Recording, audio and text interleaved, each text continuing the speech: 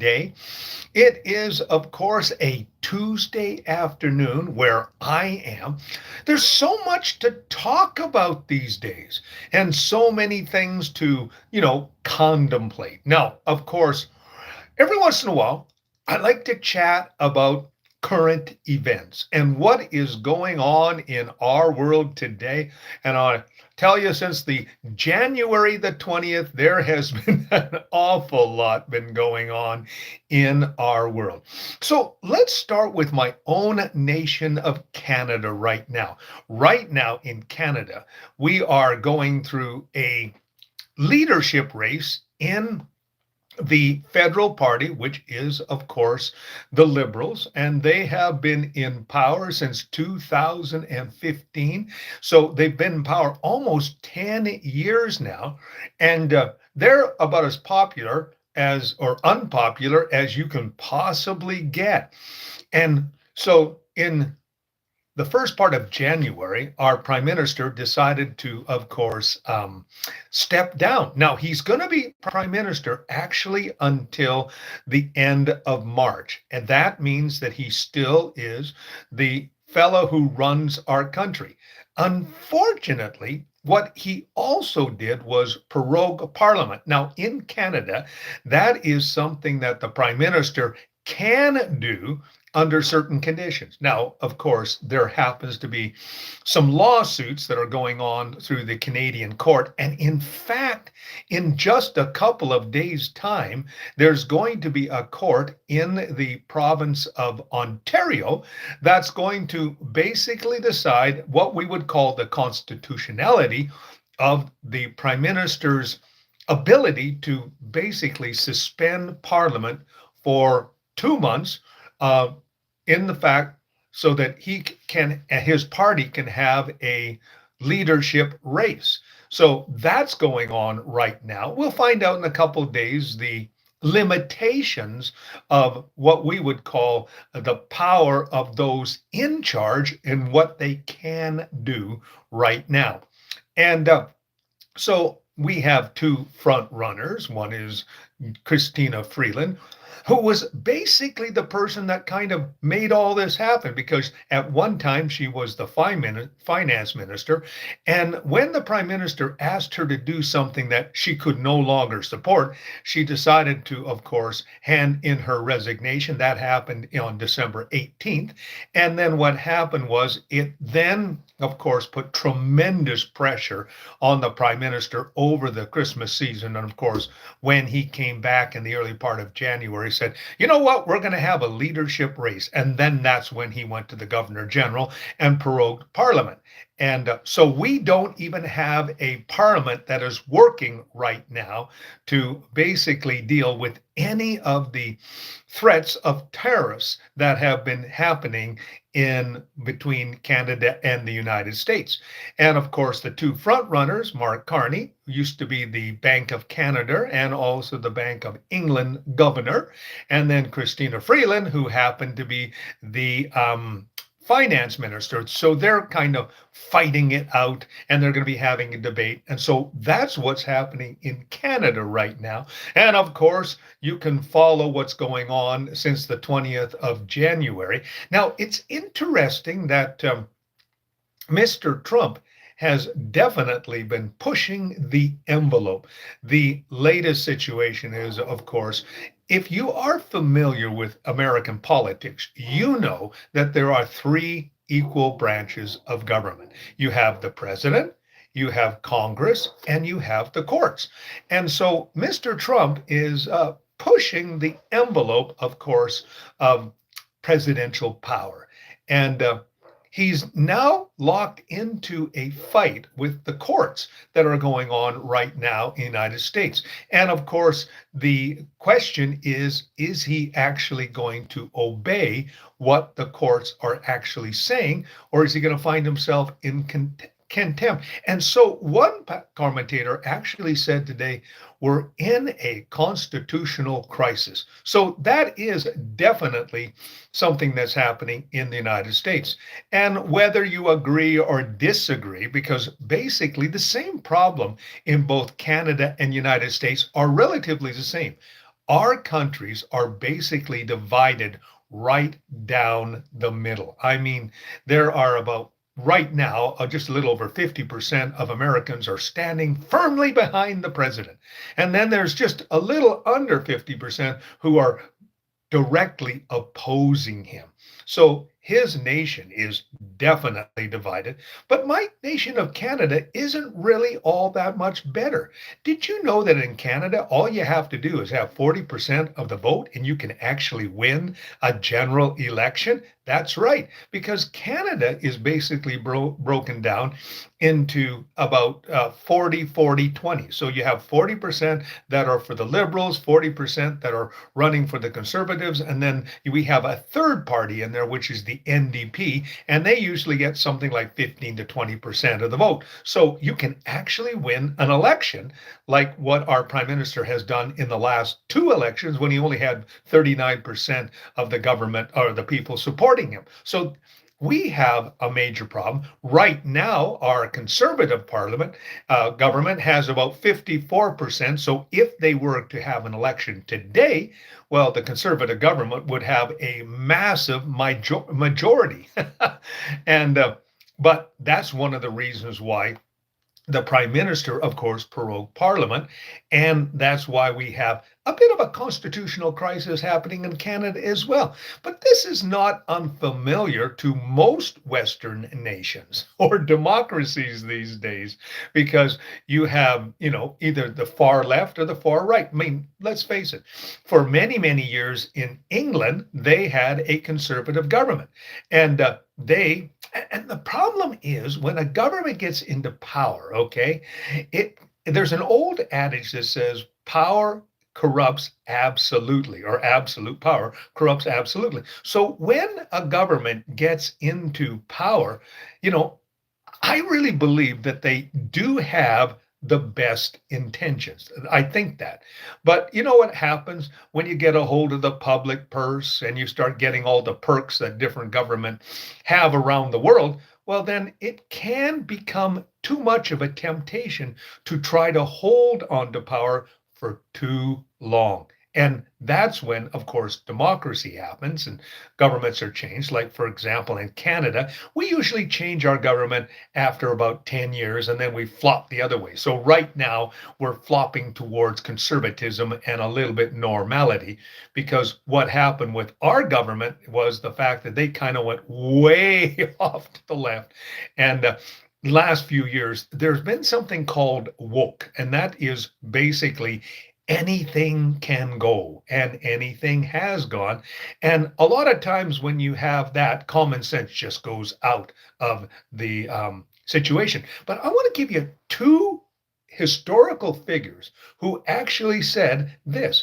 The first one was Thomas Jefferson. That's right, Thomas Jefferson, one of the fathers of the American Constitution and Revolution. He says, I sure hope common sense comes back into fashion. Okay, so that was, back in the 18th centuries or the 1700s. And then you had another guy whose name was Mark Twain. Mark Twain, of course, lived near the end of the 19th centuries, or the 1800s as is known. And he said the same thing. He says, I sure am going to be glad when common sense comes back into fashion. So there seems to be times where people gather some common sense and, kind of look at things with a more, wise view. And then all of a sudden, it seems like we lose our heads. And if it wasn't for the fact our heads were attached, they would come off. There's an old adage that says, whenever anybody else is losing their mind, try to keep yours. So in our current political situation, we see a definite shift towards the right. Now, of course, our dear President Trump has made some very outlandish statements, like, for example, the Middle East. Now, that is, of course, a hotbed of real troubles these days. I mean, we just went through a war in the Middle East with Hamas and the Israelis and the Israelis and the Houthis and the Houthis and Hezbollah and all that went on in the Middle East. They're currently in a ceasefire, but now, get this, Hamas has basically said, Israel has broken the ceasefire, so we're not going to anymore release any hostages. Now, if you saw the condition of the hostages back on Saturday, it wasn't a good scene, and as simple as that. And now you hear the stories of what the hostages faced. It was basically, not good at all. I'm using that word. I could use other words, but anyway, so now you have the president of the United States basically saying, listen, and it's something that he said before his inauguration.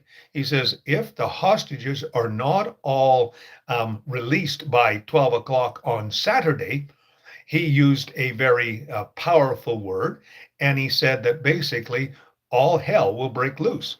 Now, that basically means that he's going to allow Israel to do what Israel wanted to do in the first place, and that is completely and totally take over Gaza.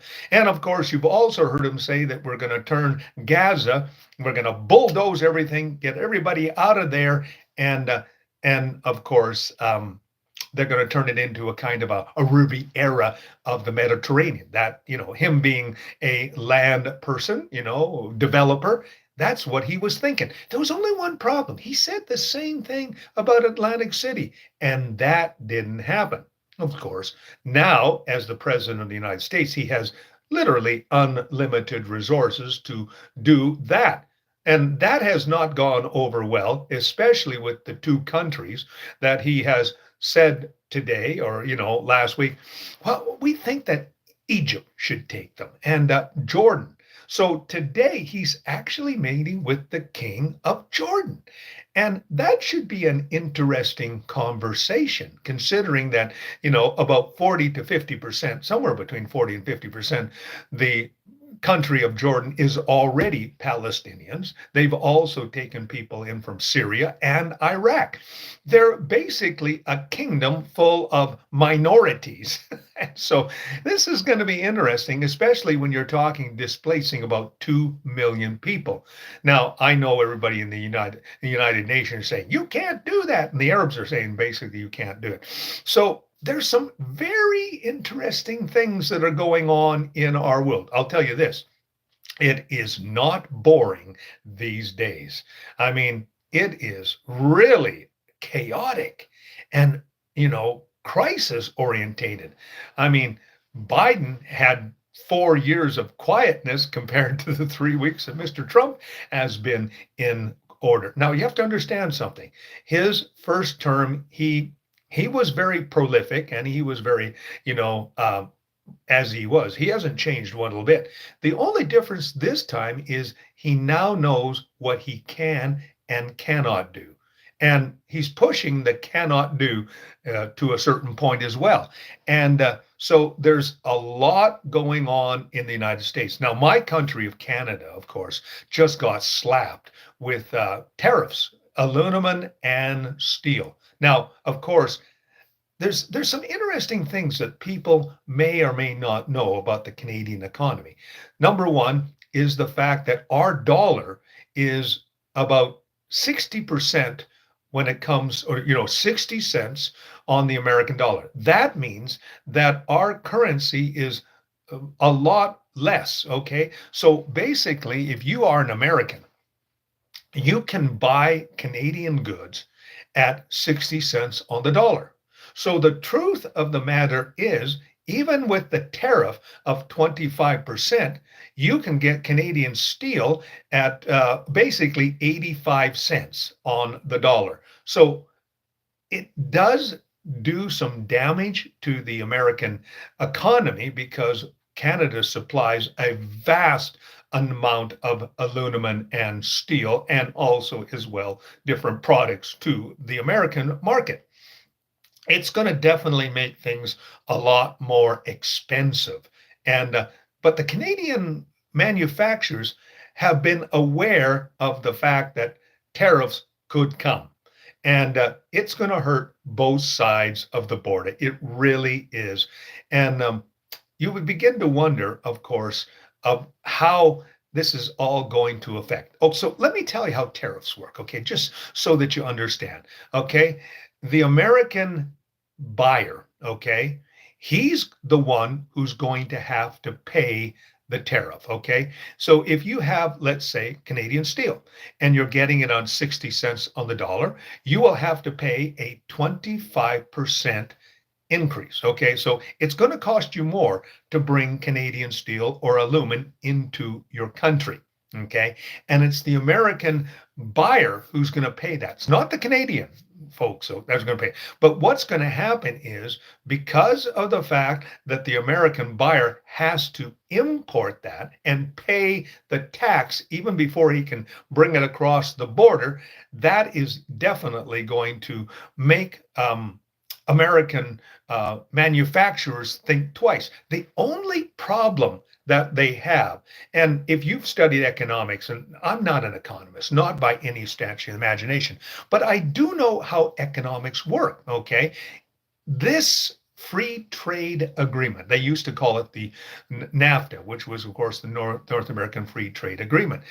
They integrated the economies of Canada. We had the first one that was negotiated by our Prime Minister, Mr.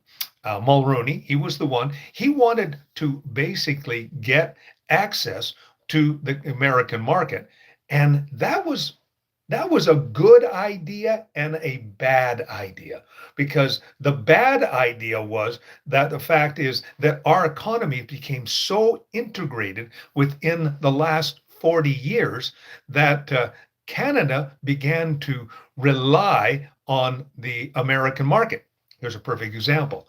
Back in the 1970s, late 1970s, the Canadian oil producing, we are the third largest oil reserves in the world. And we also have some of the most efficient areas of technology. Okay, so about 17% of Canada's oil actually went to the States. Okay, and we were shipping it abroad, of course. And Canada had also, as well, different pipelines that were traveling across our country. And some of it went down to the States, like Line 3 and Line 5, okay, which were built back in the 70s. So 17% of our oil was going internationally. Then, as the two economies became integrated, what happened was Canada began to ship to the States more and more. Now, of course, 62% of Canadian oil goes to the American market. Now, one of the down factors of the NAFTA free trade agreement is that Canada's oil was then bought by the Americans at a discount. And sometimes during especially the early 2000s into about 2018, what happened was we sometimes were selling our oil at $10 a barrel when we could have had $100 a barrel if we would have sent it someplace else. So that made us totally dependent oil wise and energy wise upon the United States. Also, as well, United States became dependent upon Canadian oil, where the vast majority of Canadian oil was either going to Texas or to California. Now, something that I have to give full credit to our Prime Minister Trudeau was back in 2018, there was a pipeline called the Trans Mountain Pipeline, and that they decided to twin it. There was a group called Kinder Morgan, and they were going to build the pipeline. And in Canada, we have some very strong environmental groups that are basically, and it's not just, green energy, but it's also indigenous groups that are asserting their authority as well. So we have this strong environmental lobby in Canada that has basically, kept our oil from being able to get to the ports and to the sea. So anyway, Kinder Morgan looked at the situation and said, you know what? We're building a pipeline. We're expanding the pipeline from 300,000 barrels every single day. They wanted to triple it to 890,000 barrels a day. And they found that the environmental atmosphere and climate wasn't working. So they were going to abandon it. So the Canadian government picked it up for 4.5 million. Now, by the time it was finished, just in 2024, the cost ballooned to $32 billion. Yeah, a lot of, but something happened. And that meant that Canada was no longer dependent on entirely American oil. So now what's happening is every single day we're shipping almost 900,000 barrels of oil to Tidewater, to, of course, to Vancouver. And they're loading it onto these, what they call NFRAX tankers that holds about 550,000 barrels of oil. And they're shipping it now to Asia. Now, some of them have been going down at least until right now, and we might see some tariffs on that too. But right now, they're shipping it. Half of it's going to Asia and half of it's going down to California, where it's being shipped onto these massive tankers. I mean, there are tankers that can hold 2.5 million barrels of oil, or it's going down to California to be refined. So what's happening now, and this was something I just read the other day, 50% of Canadian heavy crude is now being shipped to China. 50% of all the oil that is being offloaded from the Trans Mountain Pipeline is now being shipped to China. So China has now become Canada's second largest customer when it comes to, of course, oil. And we're getting full price for it. So that's a good thing. But it's still, we're still relying so much on American, economy. And so our economy, of course, is very dependent, just like Mexico, because Mexico became part of NAFTA not long after Canada did. So that both countries, of course, now have this integrated economy, and it's really complicating things because it makes Canada and Mexico very susceptible. Now, I was just reading that the Canadian government is thinking about, okay, how can we retaliate against this tariff against aluminum and steel? So they're thinking that thing. The problem with trade wars is really nobody wins. That's the problem. And then, of course, Mr. Trump is threatening tariffs, or has already put tariffs on China, and China has returned. And so there's this trade war going on with China. The only difference this time, at least according to what economists and those who are in the know say, is that China was ready. They knew that there was a slight possibility that Trump might get back into, of course, power. And so they got ready for a trade war this time. And they have some monopolies on things like rare metals, and also as well, they decided to put some tariffs and actually hold off and not sell any more of special metals that are used in military purposes. So now they have the American people and manufacturers have to find these metals someplace else. And the only problem is that most of the mines around the world are owned by China. So there's a trade war going on. So they've been able to flex their muscles a little bit more. And so that's why when he was threatening tariffs, he said 10% on Chinese goods. So again, it's the American manufacturer who has to pay the tariff, not the country that is sending the material or whatever it is that they're sending. And then he goes on and he decides he's going to, provoke, of course, the EU, which is actually, after China, the third largest economic bloc. And now they're talking about tariffs. So we're living in a very explosive age. So you ask the question, how can I stay calm and how can I stay not worried about what goes on? Well, before I talked about an economy that is not dependent on man's economy, and that's the economy of God. And that's the beautiful thing about knowing the Lord is the fact that you know that your economy is not based upon what man does around you. And I know exactly what I'm talking about because I've lived under that economy for, well, the majority of my adult life. In fact, all of my adult life, I've lived under that economy. And I have discovered that even though, and let me just share a couple of stories from my own life that will help solidify that thought. Back in the mid 80s, it was bad in Alberta. We were dealing with the residue of a program called the National Energy Policy, which was actually instituted by Mr. Trudeau Sr., Pierre Trudeau. And it devastated the Alberta economy.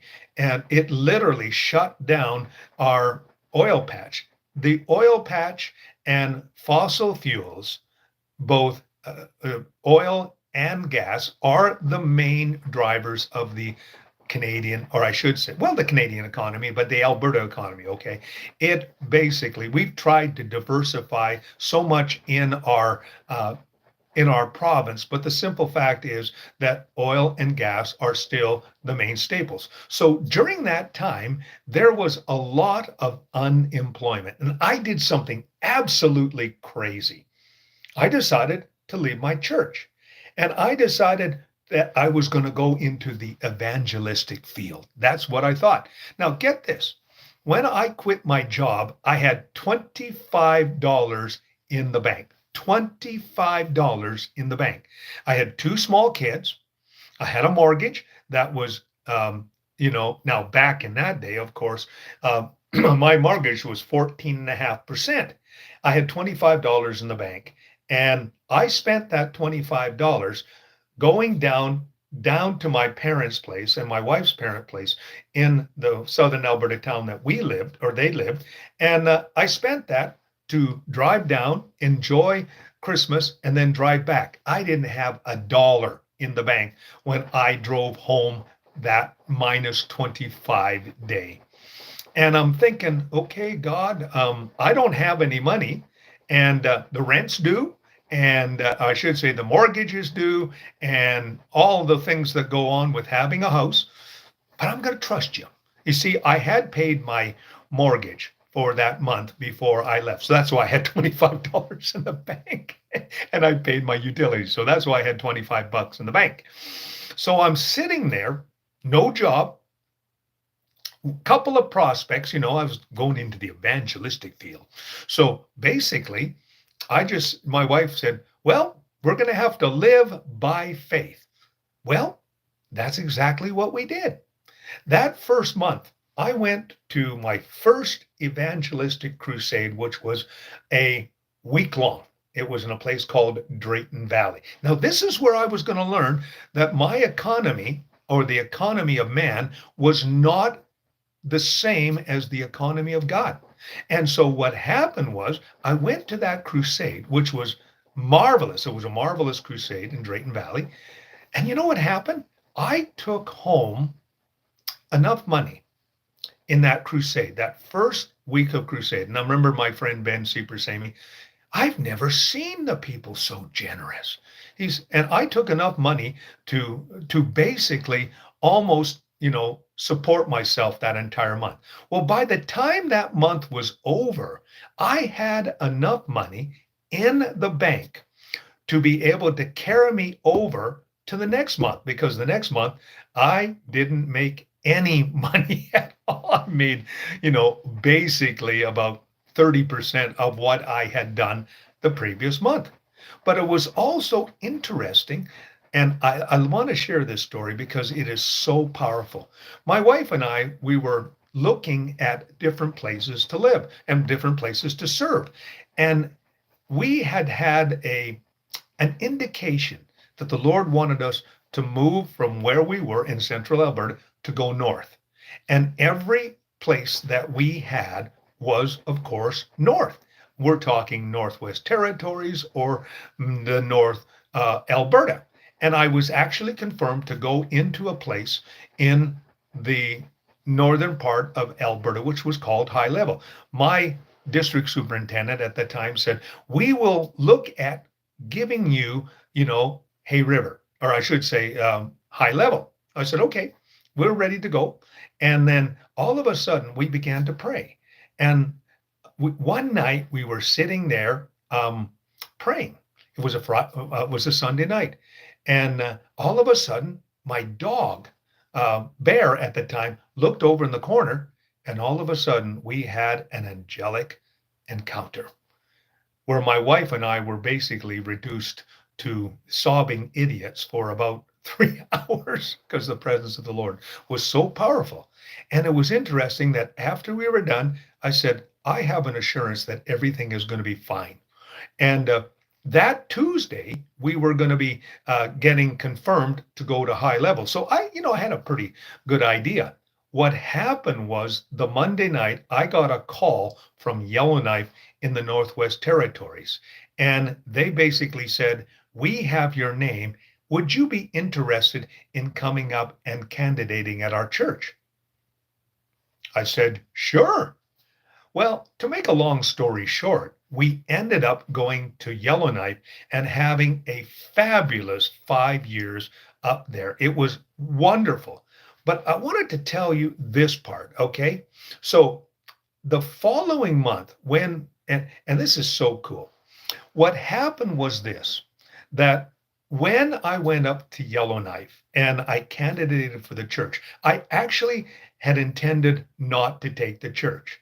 And I had spent, the weekend with the people there. And then there was a fellow whose name was Al. He was basically the chairman of the board, and he had spent most of the weekend with me. And he said to me on Sunday night after I had finished the evening service, "Well, you coming?" And right up to that moment, I was going to say no. But I heard myself say, "Yeah, I'll come if I get the vote." I got the vote. So there it was. So I fly back, and they had the vote the following night, the Tuesday. Okay. They voted right away.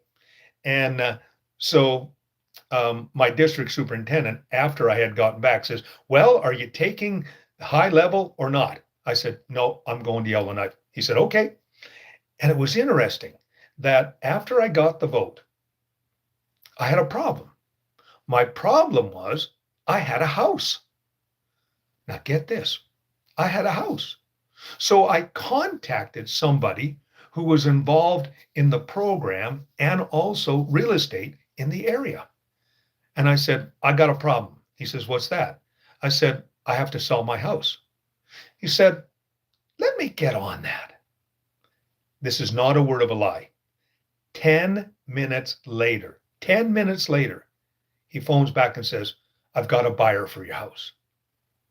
Now that is the economy of God, because there was no way if I was absolutely, completely, and totally flabbergasted.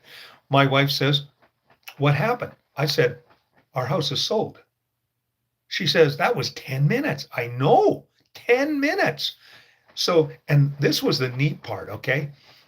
After everything was settled down, I went back to the north with $2,000 in my pocket. Now, remember, I was broke when I left my church. January 1st, I was broke. When I went up to Yellowknife, I had $2,000 in my pocket. This is 1985. So $2,000 in your pocket would be equivalent to about $10,000 today. Okay. So just kind of convert that. That was the economy of God. And so I know that people get really uptight. And I know that, you can certainly, look at the world and the instability that goes on. But I've learned something in my many years of serving the Lord. Man's economy will never affect the economy of God. So, can I share one more story with you about the economy of God? It was something that happened to me about 6 years later. It was 6 years later. And I was in a situation in another church, and it wasn't working out. So my wife and I decided, well, we're going to have to, move on. Now, it was a little easier to move on because of the simple fact is that we were living in British Columbia, not Yellowknife anymore. So if you know anything about British Columbia, you know that as far as Canada is concerned, British Columbia has a pretty nice weather. In fact, in the first 3 years that I was living in British Columbia, we never even saw snow, not even a lick of snow. It was great because we were living down in what they called the border area, the down around Grand Forks is where we were living. And we moved up into the Okanagan, which is, of course, a fabulous area to move. Now, get this, okay? So when we were looking at relocating, I was going, okay, Lord, we don't have a place to live because we were living in a church parsonage. That means it's a house supplied by the church. And so we began to pray about what we were going to do. And it was really kind of cool because the simple fact was that what happened was this. We began to see some incredible things begin to happen. One of the incredible things that happened was this, that someone said, you know what? You don't have a place to live. So you know what I'm going to do? I am going to give you a house. I was absolutely shocked. Now, I was in Alberta at the time when my wife phoned me up and said, guess what? Someone is giving us a house. I said, you're kidding. No, no. I said, isn't that fabulous? That's absolutely wonderful. Well, guess what? We got a free house. That's right. We got a free house. Someone gave us a house. So we moved into that house, which happened to be in Winfield, which was it was exactly what we needed for our family at the time. It wasn't a big house. It was just, actually it was a mobile home. Okay. It was a 14 by 72 mobile home, and it was relatively new. It was within 10 years, and it was beautiful. It was a beautiful place. It was very what we needed at the time. And so what happened was we moved there, and get this, I had a job for 6 weeks. That's all. I did some landscaping. It didn't work out. And so basically, in Canada, you have to have, of course, a certain amount of time. And long story short, I didn't have an income for 7 months. 7 months. I didn't have a regular income. But this is where not only and it wasn't easy for me. The reason it wasn't easy for me is because I was used to, working, and part of my identification was my work. You know, I got my kicks out of being who I was. All of a sudden, for 7 months, I did not have any income and no prospects at all. Well, every time I applied for a position, I was turned down. And I was living the Okanagan. And of course, the Okanagan at that time was heavily depressed. And so nobody was hiring. And those who were hiring for ridiculously low wages. So anyway, I just trusted the Lord. That was all I could do. First 2 months, I just had to trust the Lord. And it was beautiful how that during that time, this is how the Lord provided for us. The Lord would provide through people who just felt that they needed to send me some money. And so I would go down a couple of times a week, get this, a couple of times a week, and there would be a check in the mail.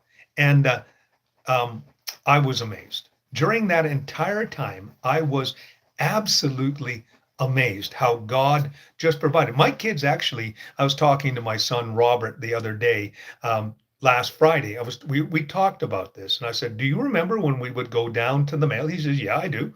I said, "Remember how we would go and there would be a check in the mail, and you often said, 'Dad, is there a check?' I'd say, 'Yes, there is.'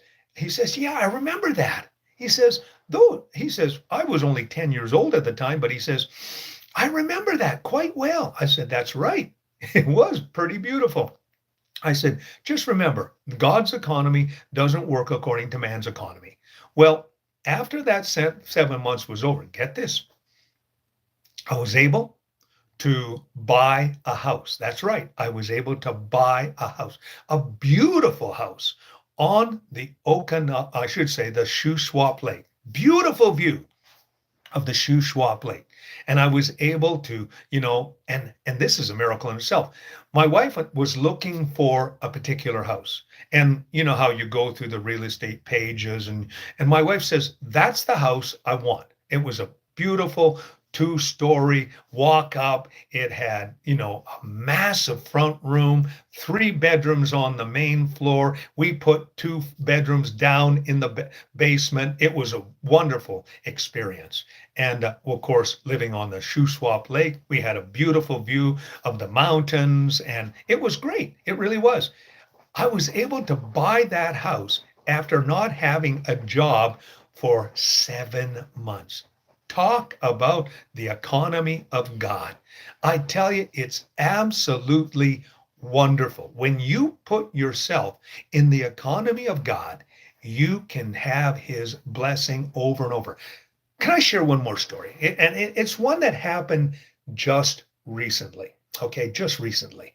And so I have 3 times where, God has been so good, and I've discovered the economy of God. And this is this. My wife and I were planning to make a move. And so we, of course, want to, eventually end up in the same community as my son. And so we had a daughter. And so she decided she wanted to move into that same community where my son and my daughter-in-law and his 3 children live. So we decided to look around in that community. And we were looking at this house and we were looking at other communities nearby, trying to figure out which house it was. So one day we're driving by this particular, it's called the cottage. It was actually a bed and breakfast. And we drove by it and we saw the sign. And I said, that is the type of house that I would love to have. My wife said, yeah, that is. So I did something crazy. It was January or February of a couple of years ago. And I walked around the house and it just felt right. And so I did something crazy, which of course I've been known to do occasionally. I walked around the house and I said, Lord, this house, I believe, belongs to us. And so I'm going to claim it in the name of Jesus. Now, there were other people interested in the place. The owner would tell me. And I just said, you know what? I just think that God wants us to have this house. And so finally, we went inside. We made an appointment inside, and it just felt right. There was just a witness, not only in my heart, but in the heart of my wife. And so I sat down with the owner and I made an offer. And she said, that's an interesting offer. Well, long story short, we got the house. And we spent the last year renovating it, turning into it's an arts and crafts house. And my wife has just finished. She only has to do the painting of the cupboards in the kitchen. That's all that's left. We turned it into a show place. My wife has we have all kinds of antiques and different things there. And it's really quite nice. I was sitting there just yesterday, just before I left, coming back to the city.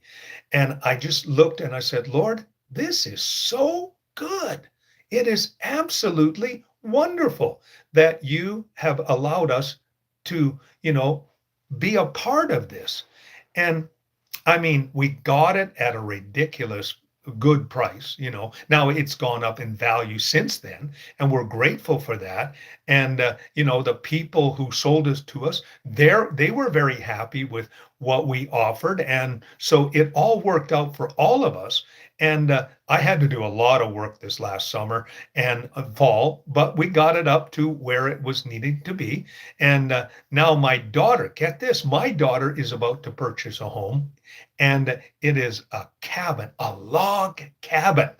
And the Lord has again wonderfully provided for the situation. It's beautiful. What I'm trying to say to you is this: if you allow the economy of God to be your economy, you are going to be absolutely delightfully surprised and shocked on how the Lord can supply. And it also gives you a tremendous assurance that no matter what goes on in around you, you're not dependent on a job. You're not dependent on people. You're not dependent on the economy or upon the government that so many people do. You recognize that your source is the Lord. Now, I've got a lifetime, adult lifetime experience in this. And I just, every once, and I want to tell you this: when we decided to sell our house in Edmonton, okay, I had 500 inquiries on the house, 500. And the first guy who walked through the door was the guy who bought my house and gave me exactly what I wanted. He's happy. I'm happy. It was wonderful. It was absolutely wonderful. So again, I have all these experiences of the economy of God. I've had 5 cars given to me. 2 of them were brand new.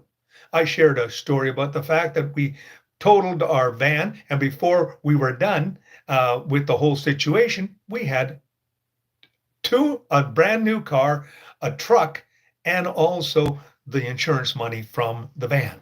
3 vehicles went from 1 vehicle to 3. Isn't that amazing? That's the goodness of God. And that's also when you put your life in the center of God's will and you say, okay, my economy is not dependent upon the economy of God.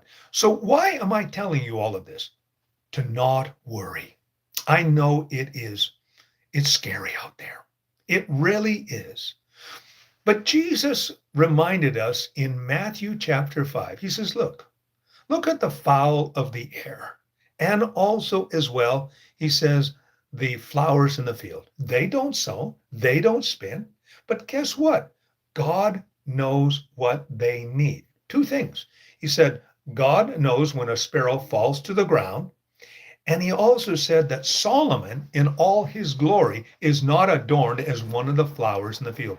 Now, if you've looked at flowers, you know that they're delicate, but they're absolutely gorgeous. And other flowers are even more beautiful than, and we all have our favorite flowers. My wife loves red or white or yellow roses, so I try to get them as often as I can. There was a song back in the 1970s by a guy named Judge Strutt who said, "A daisy a day."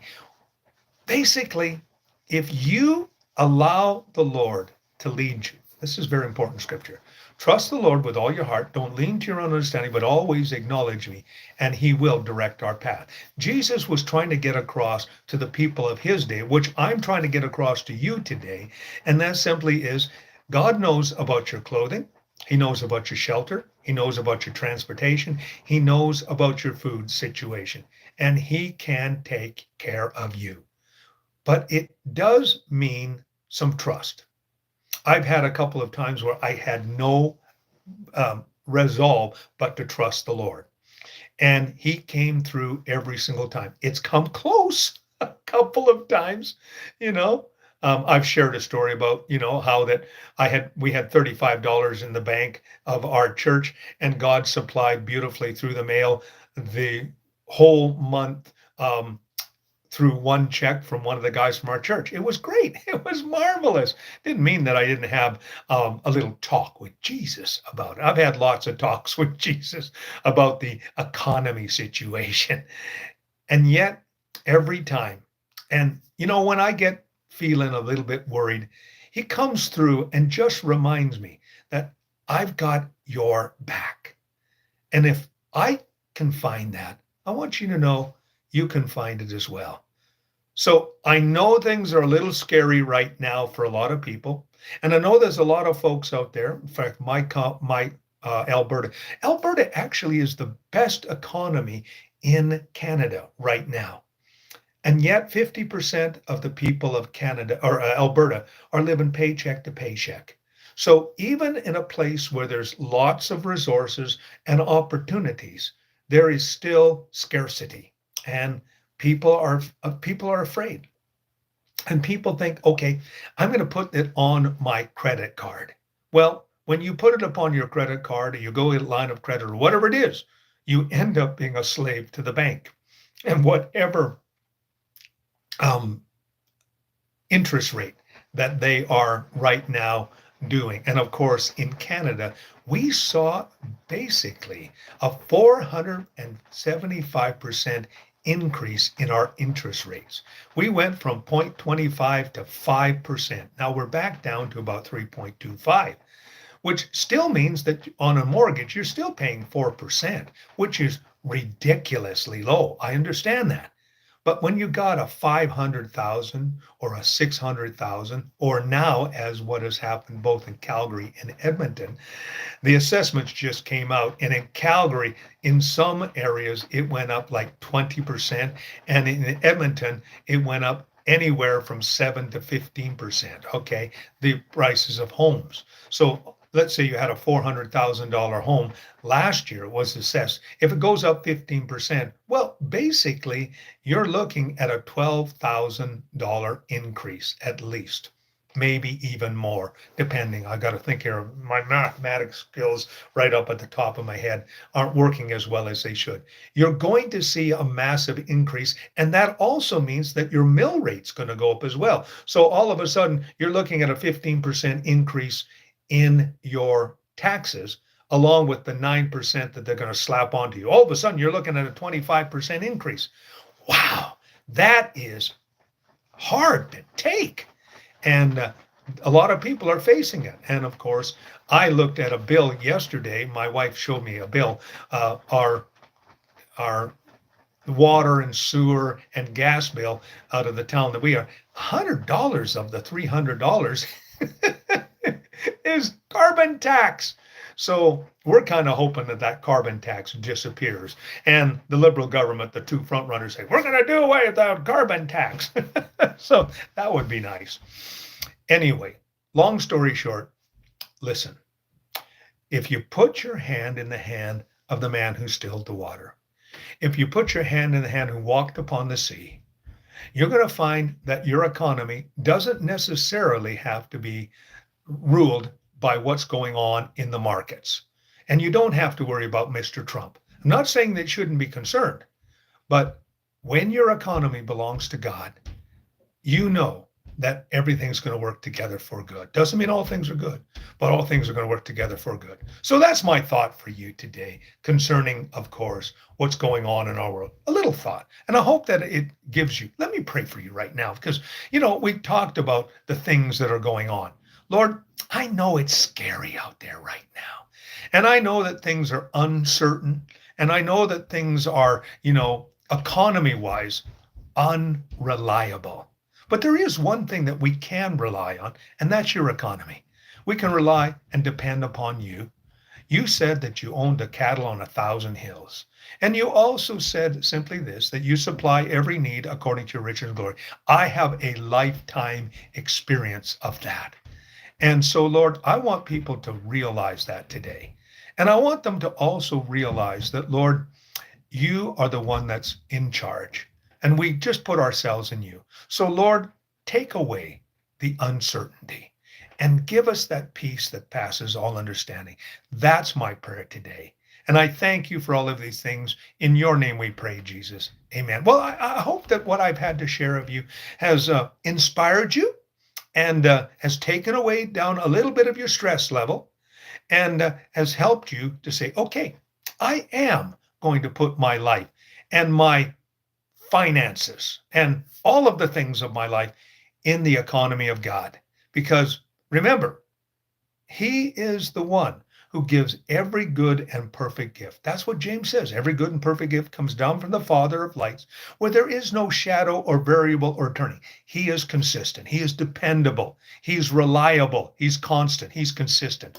You can take that to the bank. I know, because I have put my bank account in heaven. And the beautiful thing is, one day I'm going to be able to fully enjoy all the beautiful things of the economy of God, not just now, but in the future as well. Thank you for spending time with me. God bless you. Have yourself a great and godly day.